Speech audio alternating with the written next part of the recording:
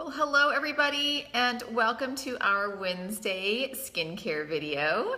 For those of you joining me for the first time, my name is Claudia Cometa. I am a pharmacist and independent skincare consultant, and I have been using this page to help share tips and tricks and educational pointers to help you achieve the best skin of your life.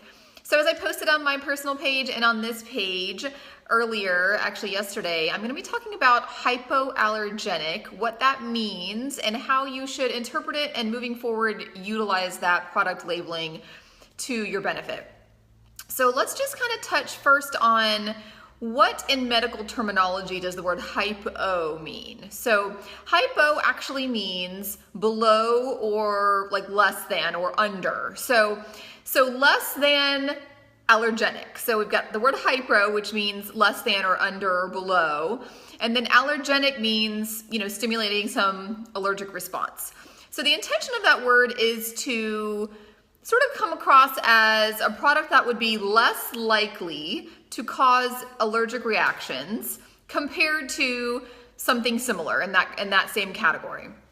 And back in the 70s, the FDA really was trying to get kind of a standardized definition of what hypoallergenic meant. And there was just a lot of kickback from the manufacturers of the products, thinking it was going to be too much of an economic burden to have to prove that their product that they label hypoallergenic was actually less likely to cause an allergic reaction than a similar product in that cosmetic category.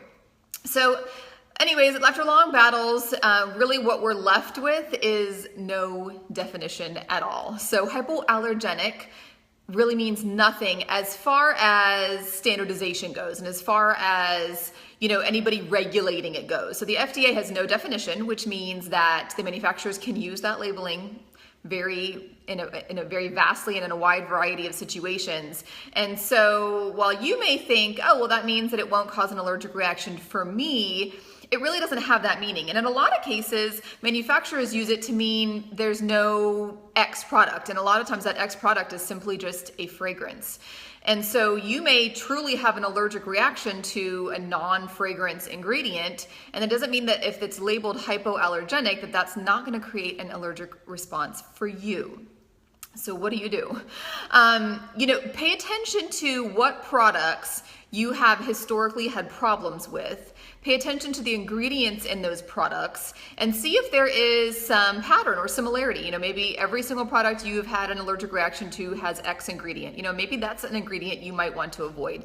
The other option is if you consistently have allergic reactions to products, the next time you get a product, you might want to just patch test it. So don't use it on a widespread area, whether that's your entire face or if it's a lotion, your entire body. Patch test it in a location that maybe is covered by a shirt. Maybe, your inner upper arm or your shoulder or whatever. Patch test it in a small area to see if it causes any problems for you before you use it in a much larger area.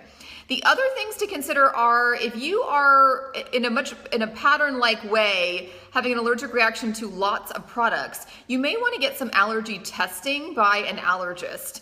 They can not only test for specific allergens, but they can also, a lot of them, test for specific ingredients in products. So if you say, I have had an allergic reaction to XYZ, these 3 products, they can actually help you narrow that down and patch test skin test to those products. So lots of options to try to identify what you're allergic to, but going strictly with the labeling hypoallergenic isn't going to mean much of anything for you. Every manufacturer uses it in a different way, sometimes probably just for marketing and for nothing at all, sometimes for the meaning that there's no fragrance, but fragrance may not even be your problem. So just pay attention. Again, I know I've kind of mentioned a lot that, labeling isn't always what it's cracked up to be, but that's the reality. It's very much like, in the pharmacy world, Excedrin and Excedrin migraine, a lot of these marketing ploys, really one is the same as the other. It's just a matter of, who gets marketed to. So be cautious with the labeling. If you have any questions, feel free to reach out to me. If you think this will help anybody, feel free to invite them to our group or share it with them.